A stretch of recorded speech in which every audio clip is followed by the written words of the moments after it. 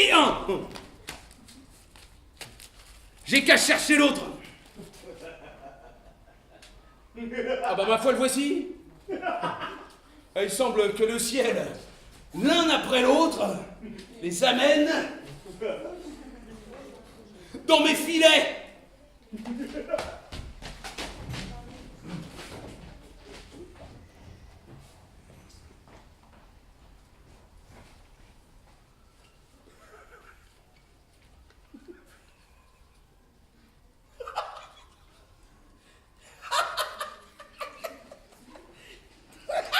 Au ciel! Oh disgrâce! Imprévu! Oh misérable père! Oh pauvre Géronte! Que feras-tu? Dis-t-il là de moi avec ce visage affligé? N'y a-t-il personne qui puisse me dire où est le seigneur Géronte? Qu'y a-t-il, Scapin? Où pourrais-je le rencontrer pour lui dire cette infortune? Qu'est-ce que c'est donc? En vain! Je cours de tous côtés sans le pouvoir trouver! Me voici! Il faut qu'il soit caché en quelque endroit, qu'on ne puisse point deviner! Voilà! Et tu aveugle que tu ne me vois pas? Ah, monsieur, il n'y a pas moyen de vous rencontrer! Il y a 1 heure que je suis devant toi! Qu'est-ce que c'est donc il y a? Monsieur. Monsieur, votre fils Eh bien, mon fils. est tombé dans une disgrâce la plus étrange du monde. Et quelle? Je l'ai trouvé tantôt tout triste de je ne sais quoi que vous lui avez dit, où vous m'avez mêlé assez mal à propos. Et cherchant à divertir cette tristesse, nous nous sommes allés promener sur le port. Et là, entre autres plusieurs choses, nous avons arrêté nos yeux sur une galère turque. Ah, c'est bien équipé.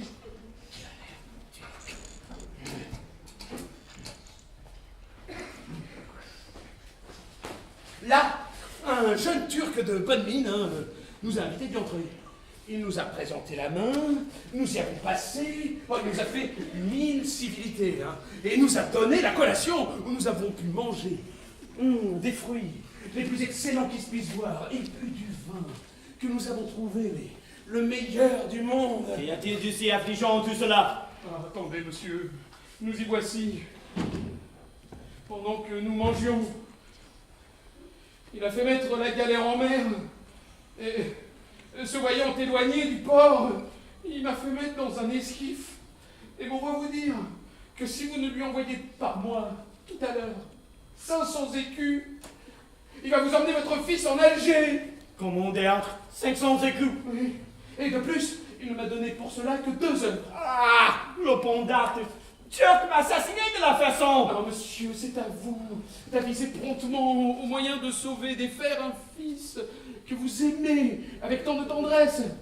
Que diable allait-il faire dans cette galère? Ne songez pas à ce qui est arrivé. Va, Scapin, va vite dire à ce Turc que je vais envoyer le justice après lui. Eh monsieur, mais la justice en pleine mer, vous moquez-vous des gens? Que diable allait-il faire dans cette galère? Une méchante destinée conduit parfois les personnes. Il faut, Scapin,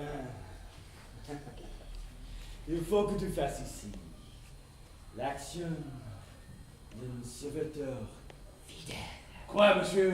Que tu vas dire à ce Turc qu'il me renvoie mon fils et tout te met à sa place jusqu'à ce que j'ai amassé les sommes qu'il demande. Et monsieur, rêvez-vous? Et vous figurez-vous que ce Turc ait si peu de sens que d'aller recevoir un misérable comme moi à la place de votre fils? Que diable allait-il faire dans cette galère? Ah, mais ne devinez pas ce malheur. Songez, monsieur, qu'il ne m'a donné que 2 heures. Tu as dit qu'il demande 500 écus. 500 écus? Oui. N'a-t-il point de conscience? Ah bah vraiment oui, de la conscience à un Turc. Croit-il le traite que 1500 000 se trouvent une patte de cheval? Non mais ce sont des gens qui entendent point de raison.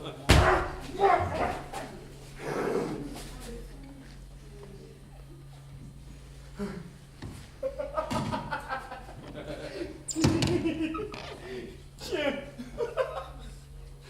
voilà le clé de mon mémoire. Bon, Tu l'ouvriras fort bien. et tu trouveras une grosse clé de côté gauche qui est celle de mon grenier. Ouais. Et tu iras prendre toutes les hardes qui sont dans cette grande main et tu les vendras au fripier pour aller racheter mon fils. Eh monsieur, mais je n'aurai pas 100 francs de tout ce que vous dites. De plus, vous savez le peu de temps qu'on m'a donné. Incroyable, arrêtez de faire dans cette galère. Oh monsieur, que de paroles perdues, hein. Laissez-la cette galère. Songez que le temps presse. Que vous courez risque de perdre votre fils. Ah hélas, mon pauvre maître. Peut-être que je ne te verrai jamais de ma vie. Et qu'alors que je pars longtemps même, esclave en Alger. Mais le ciel me sera témoin que j'ai fait pour toi tout ce que j'ai pu. Et que si tu manques à être racheté, il n'en faut accuser que le peu d'amitié d'un père. Attends, Scabin. Je m'en vais quérir 700. Dépêchez-vous, monsieur, je tremble que l'heure ne sonne. N'est-ce pas 400 écus que tu dis? Non, 500 écus. 500 écus. Oui. Le diable allait-il faire dans cette galère? Oh, mais vous avez raison, mais hâtez-vous. N'as-tu plein d'autres promenades? Oh, ça c'est vrai, hein, mais faites promptement. Maudite galère! Ah, cette galère lui tient au cœur.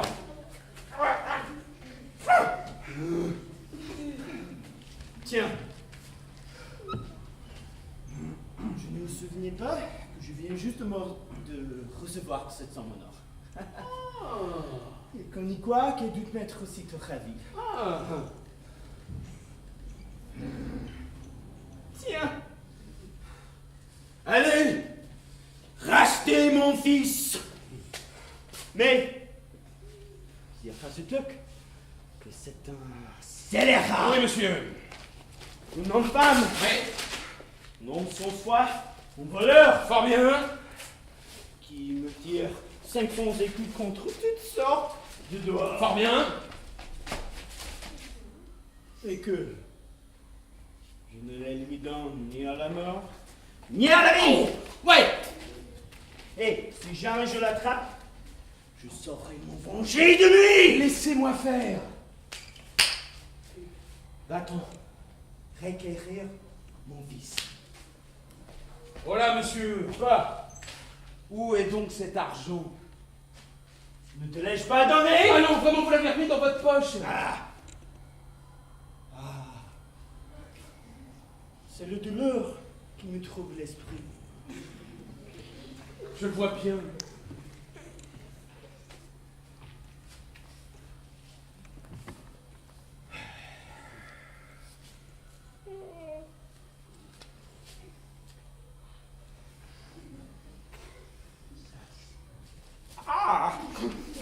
Que diable allait-il faire dans cette galère? Ah, maudite galère! Un très plus tard que tous les diables!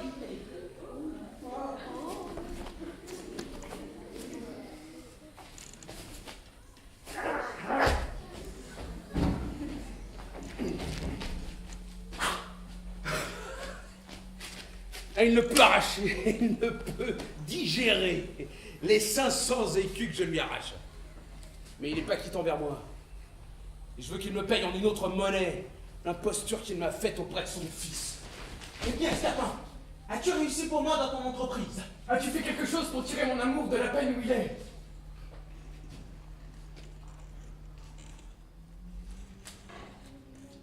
Tenez pour vous, voilà 200 pistoles que j'ai tirées de votre père. Que tu me fasses de joie. Eh oh.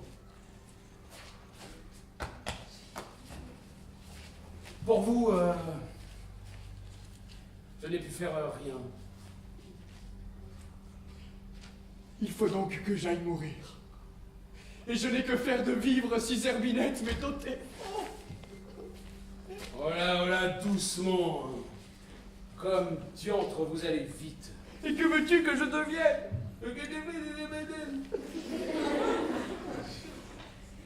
Allez. J'ai votre affaire ici. Oh, mais que tu me redonnes la vie! Ah, mais à condition que vous me permettrez à moi une petite vengeance contre votre père pour le tour qu'il m'a joué. Oui, tout ce que tu voudras. Vous me promettez devant témoin. Oui. Tenez, voilà 500 écus.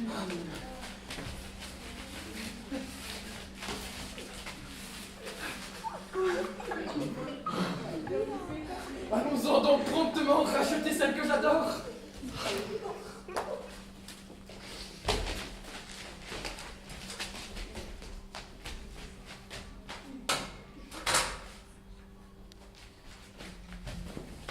Nous avons délibéré entre que vous fussiez ensemble, nous acquittons de l'ordre qu'ils nous ont donné. Un tel ordre, Largan, qui ne me soit fort agréable.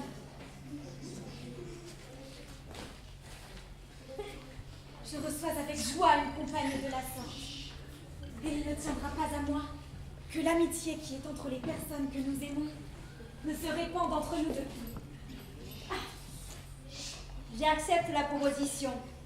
Et ne suis point personne à reculer lorsqu'on m'attaque d'amitié. Et lorsque c'est d'amour qu'on vous attaque, Pour l'amour, c'est une autre chose. On y court un peu plus de risques. Et je ne suis pas si hardi. et vous l'êtes que je crois contre mon maître maintenant, et ce qu'il vient de faire pour vous doit vous donner du cœur pour répondre comme il faut à sa passion. Je ne m'y fie encore que de la bonne sorte. Et ce n'est pas assez pour m'assurer entièrement que ce qu'il vient de faire. J'ai l'humeur au jouet et sans cesse je ris. Mais tout en riant, je suis sérieuse sur de certains chapitres. Et ton maître s'abusera s'il croit qu'il lui suffise de m'avoir acheté pour m'avoir tout à lui. Il doit lui en coûter autre chose que de l'argent. Et pour répondre à son amour de la manière qu'il souhaite, il me faut un don de sa foi qui soit assaisonné de certaines cérémonies qu'on trouve nécessaires. C'est là aussi comme il l'entend. Il le prétend à vous qu'en tout bien, tout honneur. Et j'aurais pas été homme à me mêler de cette affaire si on avait été autrement. C'est ce que je veux croire, puisque vous me le dites. Mais du côté du père, j'y prévois des empêchements. Nous trouverons moyen d'accommoder les choses. La ressemblance de nos destins doit contribuer encore à faire naître notre amitié. Et nous nous voyons toutes deux dans les mêmes alarmes, toutes deux exposées à la même infortune.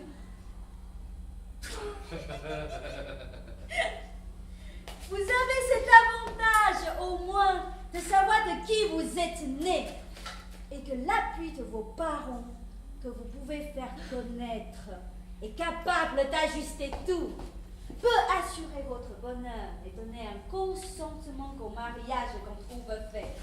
Pour moi, je ne rencontre aucun secours dans ce que je puis être, et l'on me voit dans un état qui n'adoucira pas les volontés d'un père qui ne regarde que le bien. Mais aussi avez-vous cet avantage que l'on ne tente pas par un autre parti celui que vous aimez. Mais le changement du cœur d'un amant n'est pas ce qu'on peut le plus craindre. On se peut naturellement croire assez de mérite pour garder sa conquête. Ce que je vois de plus redoutable dans ces sortes d'affaires, c'est la puissance paternelle auprès de qui tous les mérites ne servent rien. Hélas, pourquoi faut-il que de justes inclinations se trouvent traversées? La douce chose que d'aimer lorsque l'on ne voit point d'obstacle à ces aimables chaînes dont deux cœurs se lient ensemble. Vous vous moquez, hein.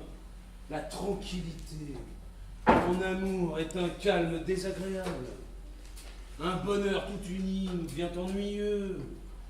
Il faut du haut et du bas dans la vie. Et les difficultés qui se mêlent aux choses réveillent les ardeurs, augmentent les plaisirs. Mon Dieu, Scapin! Oh, fais-nous un peu ce récit qu'on m'a dit qui est si plaisant.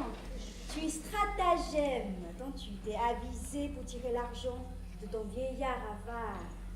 Tu sais qu'on ne perds point sa peine lorsqu'on me fait un compte, et que je le paye assez bien par la joie qu'on m'y voit prendre. Ah non, voilà Sylvestre, qui s'en acquittera aussi bien que moi. J'ai dans la tête certaines petites vengeances dont je vais goûter le plaisir. Pourquoi, de gaieté de cœur, cherches-tu à t'attirer de méchantes affaires? Je me plais à tenter des entreprises hasardeuses. Mais à quoi diable te vas-tu t'amuser? Et de quoi diable te mets-tu en peine? Mais c'est que je vois que sans nécessité, tu cherches à courir risque de t'attirer une venue coup de bâton. Eh ben, ça dépend de mon dos, non pas du tien. Il est vrai que ce sont tes épaules et tu en disposeras comme il te plaira. Ces sortes de périls ne m'ont jamais arrêté. Et je hais ces cœurs pusillanimes qui, pour trop prévoir les suites des choses, n'osent rien entreprendre. Nous aurons besoin de tes soins. Allez, je vous irai bientôt rejoindre.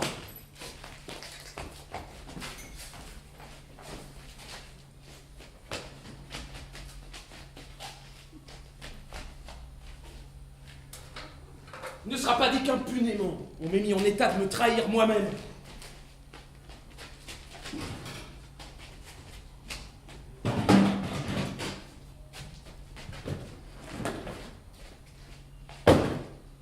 Et de découvrir des secrets qu'il était bon qu'on ne sût pas.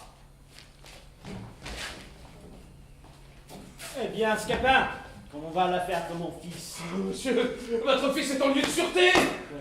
Oh, Ah! Mais vous courez maintenant, vous, le péril le plus grand du monde. Et je voudrais pour beaucoup que vous fussiez dans votre logis. Comment donc? À l'heure que je parle, on vous cherche de toutes parts pour vous tuer. moi? Oui. Et qui? Le frère de cette personne qu'on avait épousée. Il croit que le dessein que vous avez de mettre votre fille à la place que tient sa sœur est ce qui pousse le plus fort à faire rompre leur mariage. Et dans cette pensée, il a résolu hautement de décharger son désespoir sur vous et de vous ôter la vie pour venger son honneur.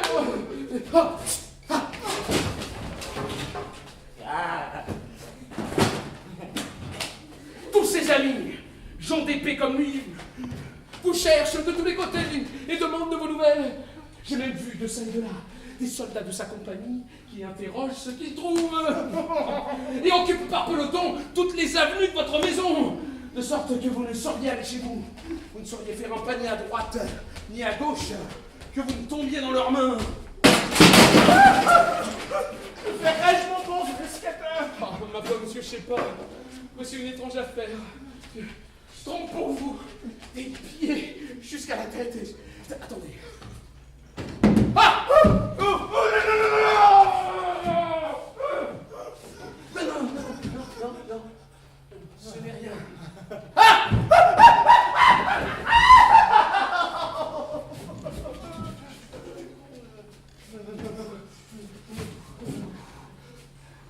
Ne saurais-tu trouver quelques moyens de me tirer de peine?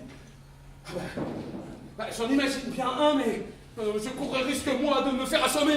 Montre-toi ce que tu sais. Ne m'abandonne pas! Je te prie! Bon, je le veux bien. J'ai une tendresse pour vous, qui ne saurait souffrir que je vous laisse sans secours. Tu en seras récompensé. Je t'assure. Et je te promis cette habit ici quand je l'aurai un peu usé. Attendez.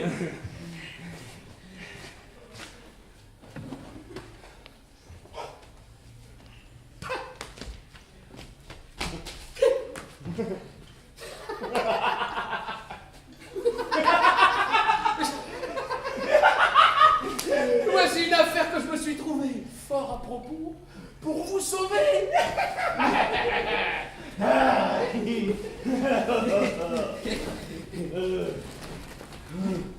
Voilà. Hein? Il faut que vous me mettiez dans ce sac. Non, monsieur, ce n'est rien. Il faut, dis-je, que vous vous mettiez là-dedans et que vous gardiez de remuer en aucune façon. Je vous chargerai sur mon dos et vous porterez ainsi au travers de vos ennemis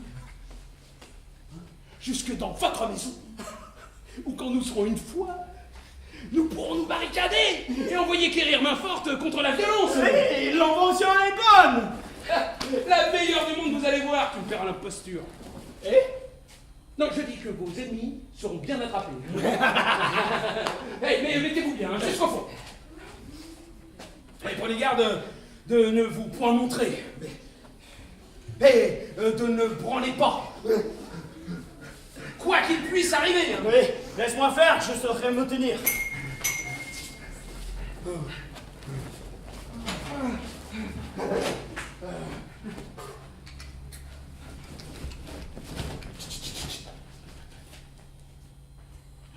Oh, prenez garde!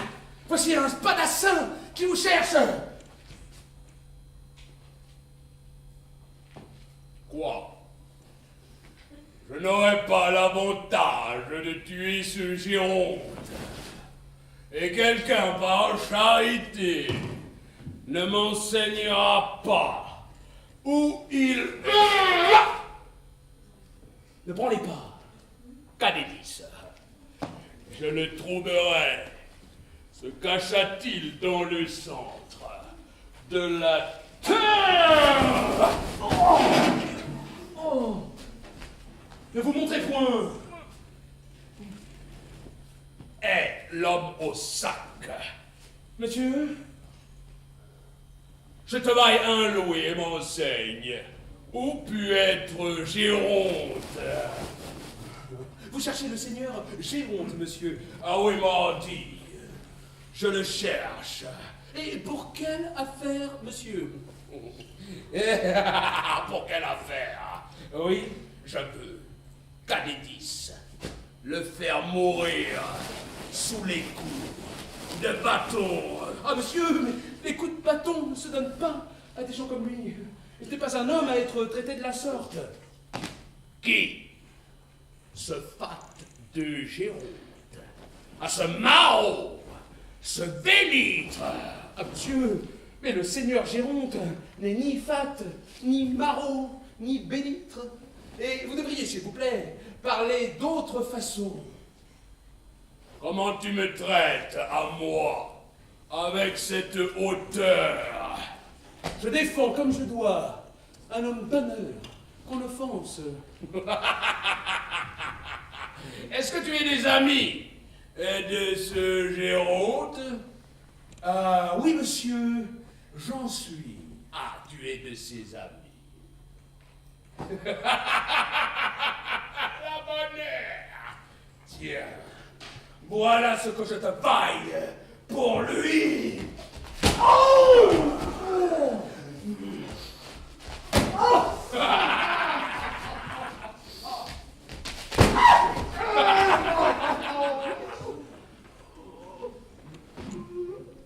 Va, porte-lui cela de ma part.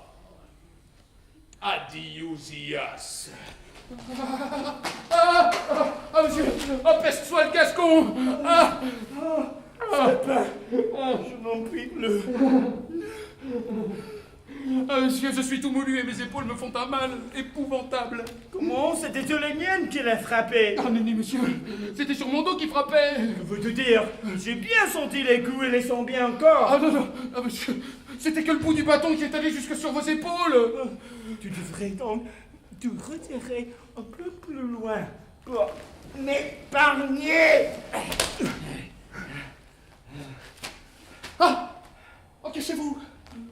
En voici un autre qui a l'habit d'un étranger.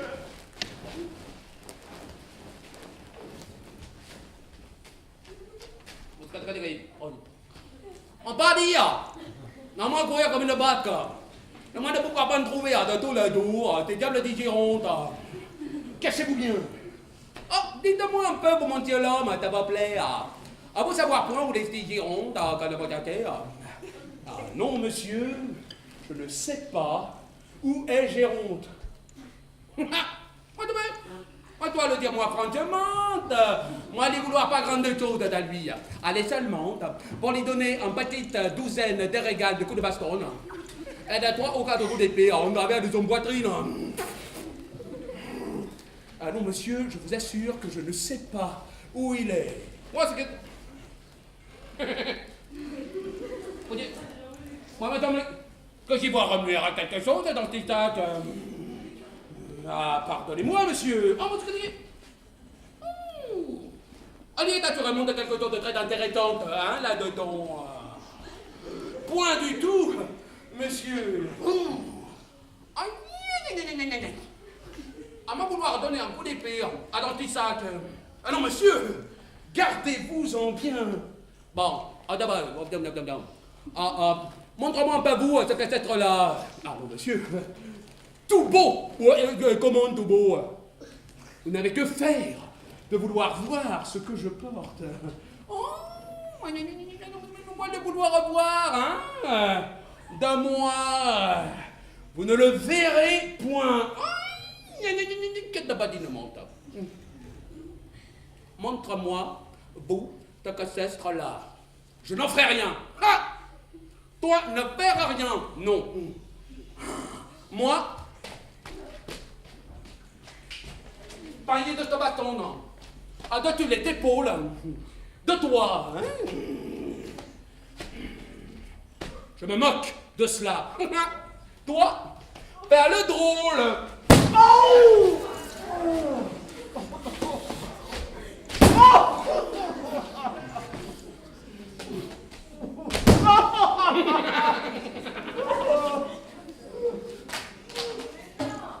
Allez, être une petite leçon, pour apprendre de toi, à parler insolentement.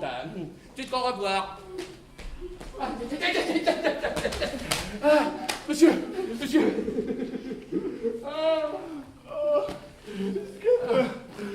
suis roué. Je suis mort.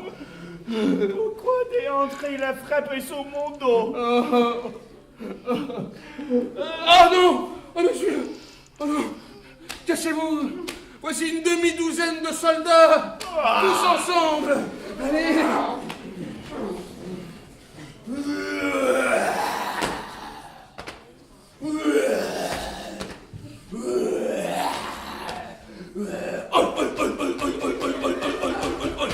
Allons!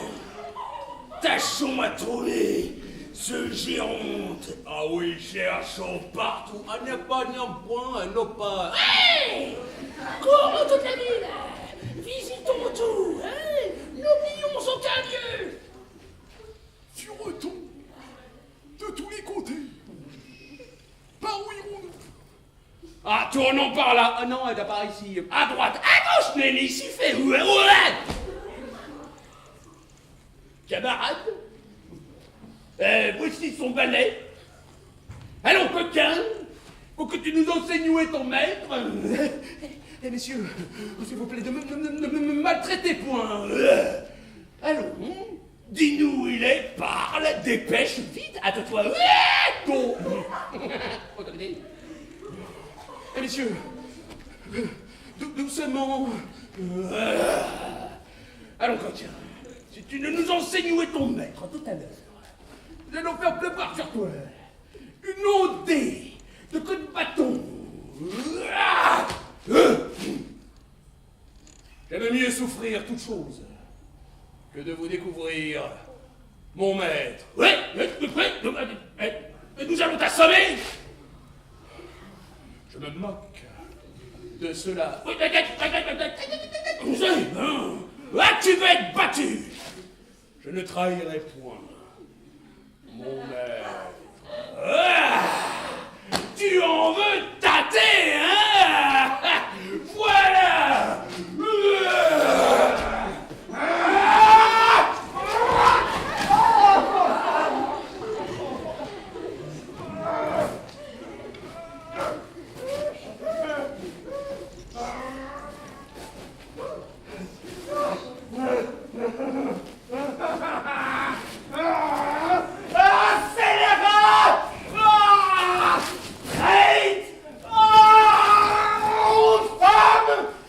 Ainsi que Dieu m'assassine.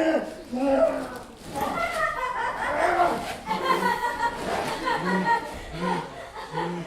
me prends un relais. Je te jure.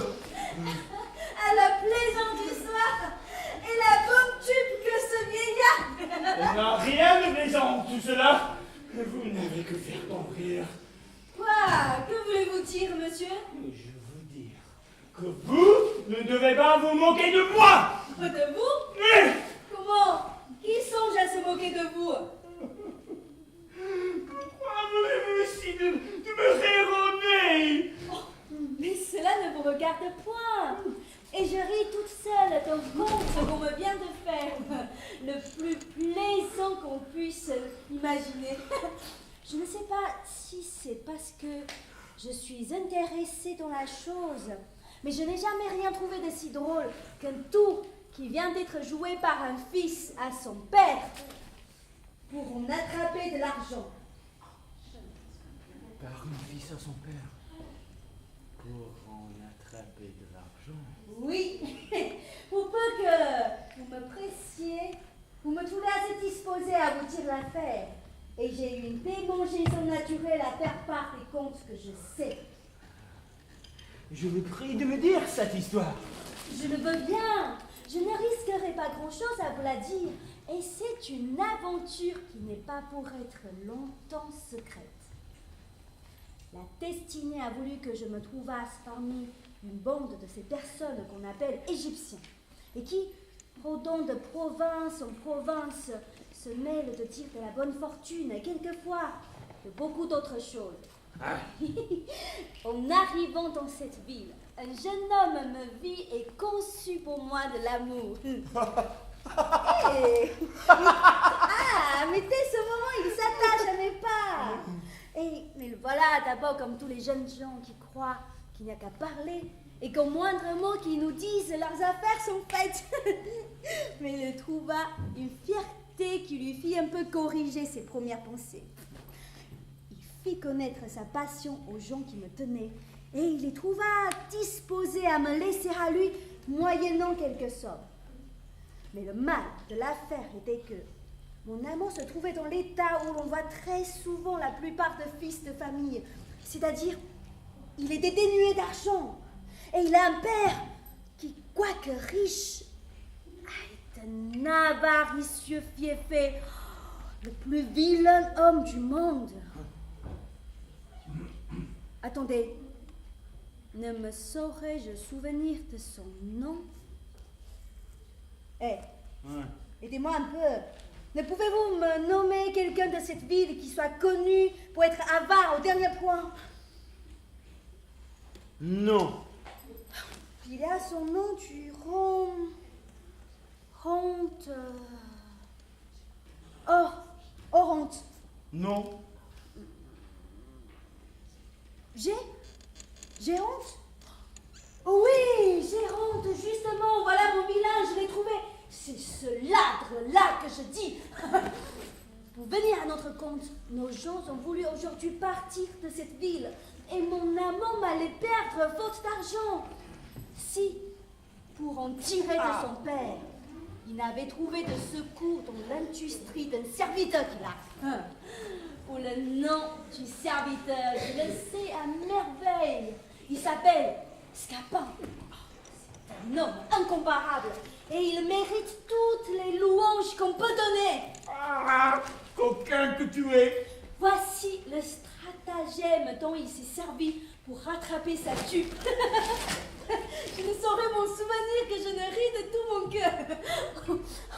Il est allé chercher ce chien d'avare et lui a dit qu'en se promenant sur le port avec son fils, ils avaient vu une galère turque où on les avait invités d'entrer et qu'un jeune turc leur y avait donné la collation et que tandis qu'ils mangeaient, on avait mis la galère en mer et que le turc l'avait renvoyé lui seul à terre dans un esquif avec l'ordre de dire au père de son maître qu'il emmenait son fils en Alger s'il ne lui envoyait tout à l'heure 500 écus. Voilà mon ladre, mon vilain, dont de furieuses angoisses et la tendresse qu'il a pour son fils fait un combat étrange avec son avarice. 500 écus qu'on lui demande sont justement 500 coups de poignard qu'on lui donne. Il ne peut se résoudre à tirer cette somme de ses entrailles. Et la peine qu'il souffre lui fait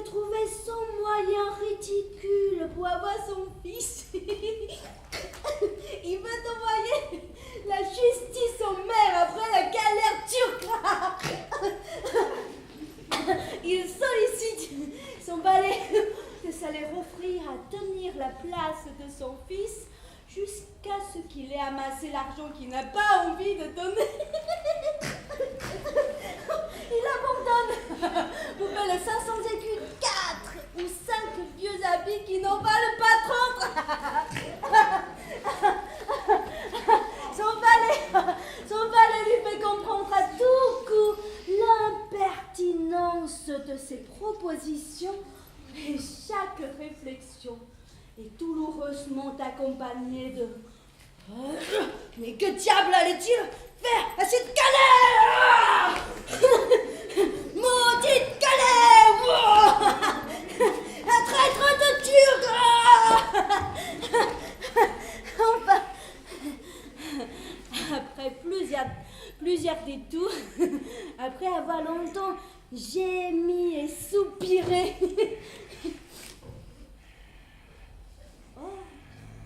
mais il me semble que vous n'auriez point de mon compte. Qu'en dites-vous? Je dis que le jeune homme est un insolent qui sera puni par son père de tout ce que lui a fait et que l'Égyptienne est une malédicée ou une pertinente de dire des injures à un homme d'honneur qui lui apprend de venir ici débaucher les enfants de famille et que le valet est un scélérat qui sera par gérante envoyé au gibet avant qu'il soit demain.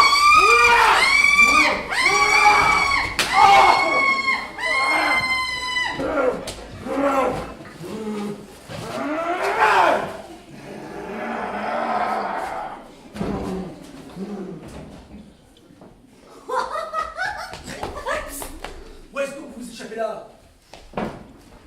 Savez-vous que vous venez de parler au père de votre amant? Je viens de m'en douter, et je me suis adressée à lui-même sans y penser, pour lui conter son histoire.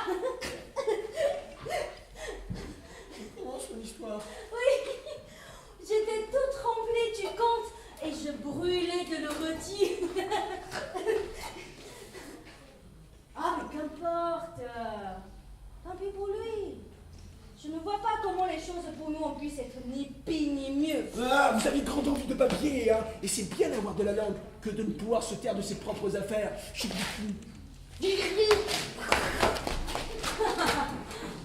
N'aurait-il pas appris cela de quelque autre? Voilà, Sylvestre! Rentrez à l'intérieur, voilà mon mec qui m'appelle. Oh! Vous êtes donc entendu, coquin? Vous vous êtes entendu, Scapin? Vous et mon fils pour me fourber. Et vous croyez que je l'endure? Enfin, monsieur, si ce capin me fout, je prends lave les mains et puis vous assurez que j'y trempe le cul. Nous verrons cette affaire, Panda. Nous verrons cette affaire. Et je ne prétends pas que l'on me passe la plume par le bec. Ah, Seigneur Gand, vous me voyez accablé de disgrâce. Vous me voyez aussi dans un accablement horrible. Le bandard de Scapin, par une fougarie, m'a attrapé 500 écus. Le même Pandard de Scapin par une fourberie aussi m'a attrapé 200 pistolets. Mais il n'est pas contenté de m'attraper 700 écus. Il me traite d'une manière que j'ai honte de dire. Je veux qu'il me fasse raison de la pièce qu'il m'a jouée. Mais je prétends faire de lui une vengeance exemplaire. Ah, plaise au ciel que dans tout ceci, je n'ai point ma part. Mais, ce n'est pas encore tout, Seigneur Gand. Et au malheur nous est toujours avant-heureux de notre. Je me réjouissais aujourd'hui l'espérance d'avoir ma fille, dont je faisais toute ma consolation. Et je viens d'apprendre de mon oncle qu'elle est partie il y a longtemps de Tarente et qu'on y croit qu'elle a péri dans le vaisseau ou à Sambaka. Mais pourquoi, s'il vous plaît, la tenir à Tarente et vous priver de la joie de l'avoir avec vous? J'ai eu mes raisons pour cela. Et des intérêts de famille m'ont obligé jusqu'ici ton effort secret, ce second mariage. Mais, que vois-je? Te voilà, nourrice. Oh. Seigneur Pandore! Appelle-moi gérante. Et ne te sers plus de ce nom. Ah. Les raisons, c'est celles qui m'avaient obligé. Que appuyez-vous à le prendre, à te rendre. Hélas, que ce changement de nom nous a causé de troubles et d'inquiétudes dans les soins que nous avons pris de vous venir chercher ici. Oh, où est ma fille et sa mère? Votre fille, monsieur, n'est pas loin d'ici. Mais avant que de vous la faire voir, il faut que je vous demande pardon de l'avoir mariée dans l'abandonnement où, faute de vous rencontrer, je me suis trouvée avec elle. Ma fille mariée? Oui, monsieur. Et avec qui? Avec un jeune homme nommé Octave, fils d'un certain seigneur Arcante. Oh, au ciel! Quelle rencontre! Maintenant, où elle est? Vous n'avez qu'à entrer dans ce logis. Reste devant. Suivez-moi, signor Homme, suivez-moi!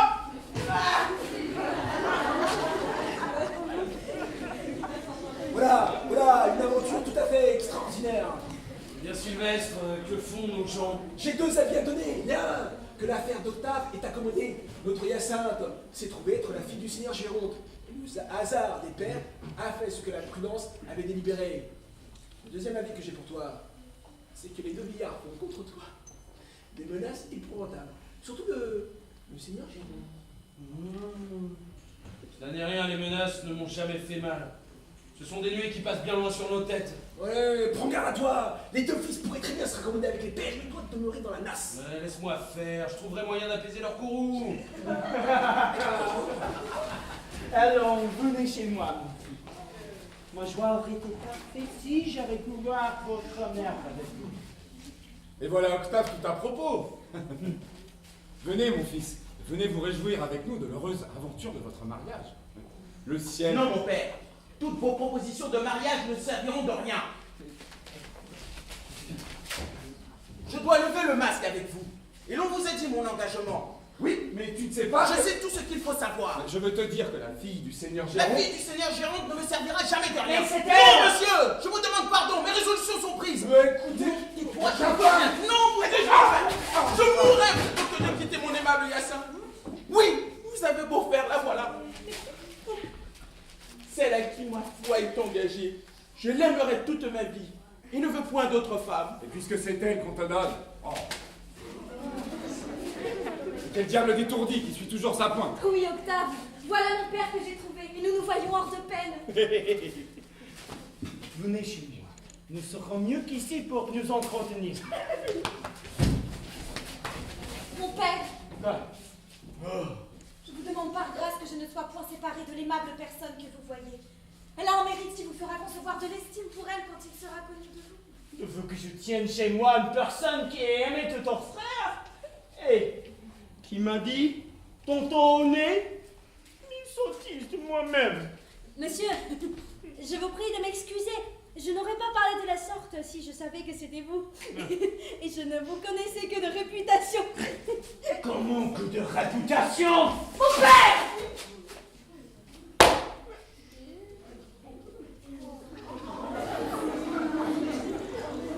La passion que mon frère a pour elle n'a rien de criminel. Et je réponds de sa vertu. Voilà qui est fort bien. Ne voudrait-on point que je marie à son fils Régal une fille en commun qui fait le métier de carrosse? Mon père! Ne vous plaignez point que j'aime une inconnue sans naissance et sans bien. Ceux de qui je l'ai racheté viennent de me découvrir qu'elle est de cette ville et d'honnête famille. Que ce sont eux qui l'y ont dérobée à l'âge de 4 ans. Et, voici un bracelet qu'ils m'ont donné, qui pourra nous aider à trouver ses parents. Hélas, avoir ce bracelet, c'est ma fille que je perdis à l'âge que vous dites. Votre fille? Ah oui. Et j'y vois tous les traits qui m'en peuvent rendre assuré. Oh, que d'aventures extraordinaires! Venez chez moi!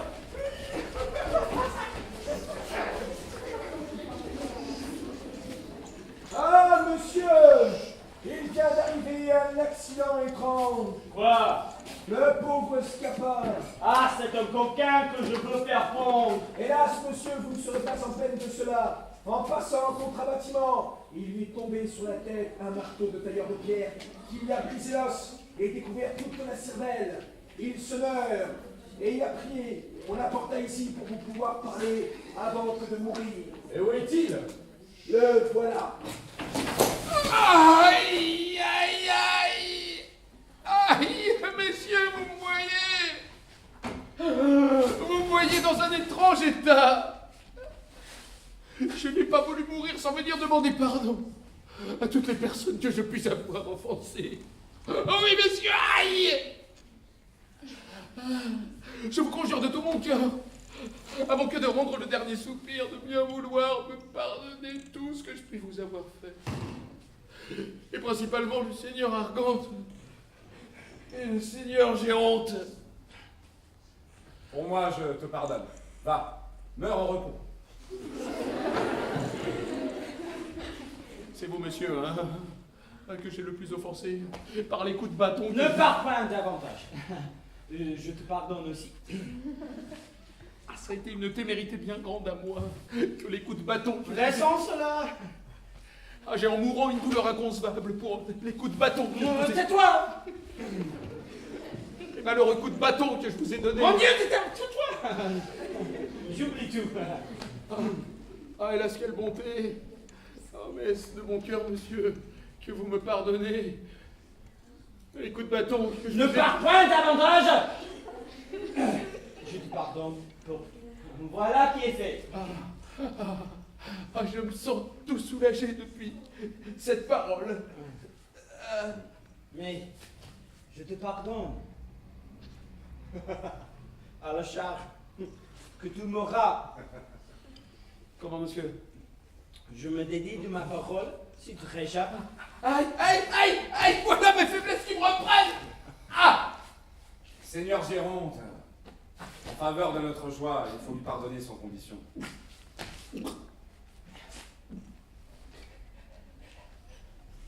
Soit. Allons souper ensemble, pour mieux goûter notre plaisir. Et moi, qu'on me porte au bout de la table en attendant que je meure.